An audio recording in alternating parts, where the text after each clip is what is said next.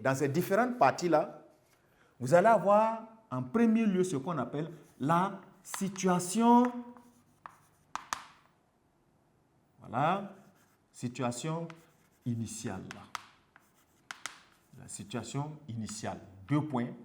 C'est l'équivalent en réalité de l'introduction, le début. Donc, on va mettre le commencement du récit. Le commencement du récit. Voilà. Donc, chacun commence son récit, voilà. Et généralement, la situation initiale comporte beaucoup d'informations, voilà, liées au personnage, au temps et à l'espace. Voilà.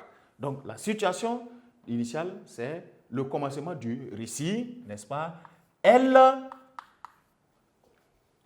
comporte, on va écrire comme ça, elle comporte les informations, n'est-ce pas, sur le lieu, temps, acteurs principaux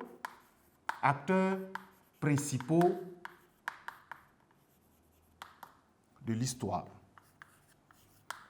Voilà.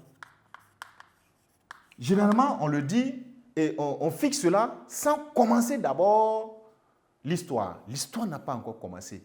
C'est ce que vous avez ou que nous ayons lu, que dans un village, il vivait des gens sans cœur. Au lieu de donner à manger à celui qui n'en a pas, ils préfèrent jeter à la poubelle ce qu'ils avaient de trop. Est-ce que vous voyez les informations qu'on donne?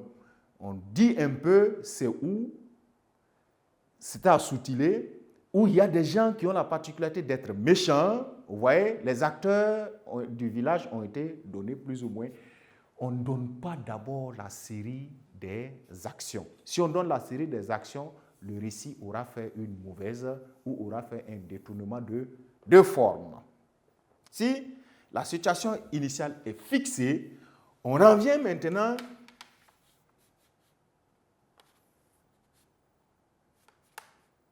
voilà.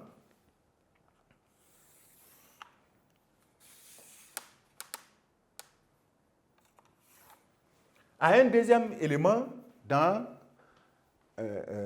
les parties du récit qu'on appelle l'élément perturbateur. Élément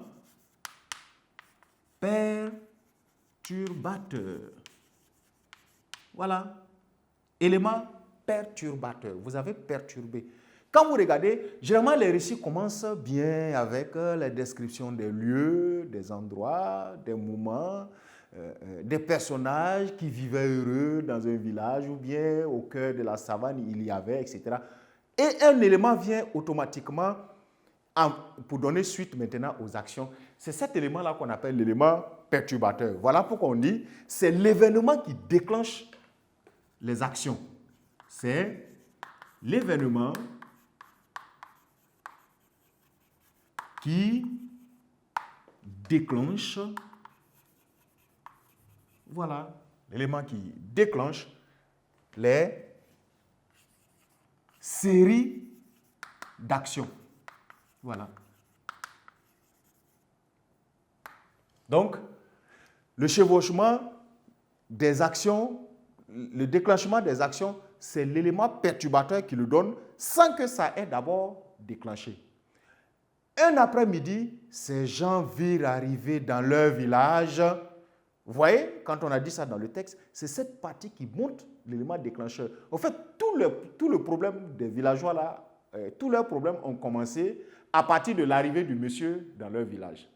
Il vient, et puis bon, il demande à manger, on dit il n'y en a pas. Ça, ce sont des actions. Refuser, c'est une action dans un récit.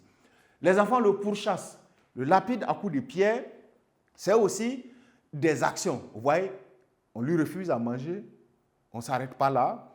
Il est maltraité, on ne s'arrête pas là. Quand on le voit, on fuit parce qu'il sent très mauvais. Tout ça a commencé par quoi? Un après-midi, ces gens sans cœur virent arriver dans leur village. C'est ça qui est la partie de l'élément perturbateur. C'est celui qui donne le déclenchement de la série, n'est-ce pas, des des actions. Et il se fixe immédiatement après la situation initiale. Quand vous avez remarqué, après avoir dit Soutilé faisait quoi ou on faisait quoi à Soutilé, automatiquement on a raconté, sinon on a inséré une phrase qui donne une idée du début des problèmes des habitants de Soutilé. Donc, elle se situe plus ou moins, d'accord, ou elle se situe à la fin de la situation initiale, n'est-ce pas? Et je vais subdiviser maintenant, après l'élément perturbateur dans le récit. Donc, si l'élément qui déclenche les actions est fixé, cet élément-là, s'il est fixé, il vient quoi naturellement? Les actions dans le récit, en bon français, ou dans le langage du récit, on appelle ça maintenant les péripéties.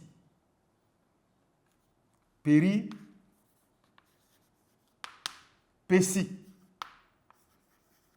Voilà. C'est-à-dire les problèmes, les difficultés, les actions, etc. Donc, les péripéties, voilà. Donc, ce sont, on va dire maintenant, ce sont les actions à proprement parler. Les actions, les divers problèmes, voilà, les rebondissements, etc., que le personnage principal,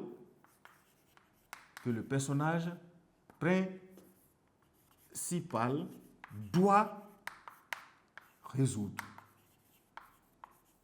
Voilà. Donc, en fonction d'un texte à un autre, vous allez vous rendre compte que le personnage principal est confronté à des difficultés qu'il doit éviter, résoudre, se confronter à cela, les affronter, y trouver des solutions. Là-bas, c'est la somme de tout ça qu'on va appeler, n'est-ce pas, les différentes péripéties. Et dans les péripéties, vous allez vous rendre compte que ça va correspondre au développement en ce moment du récit.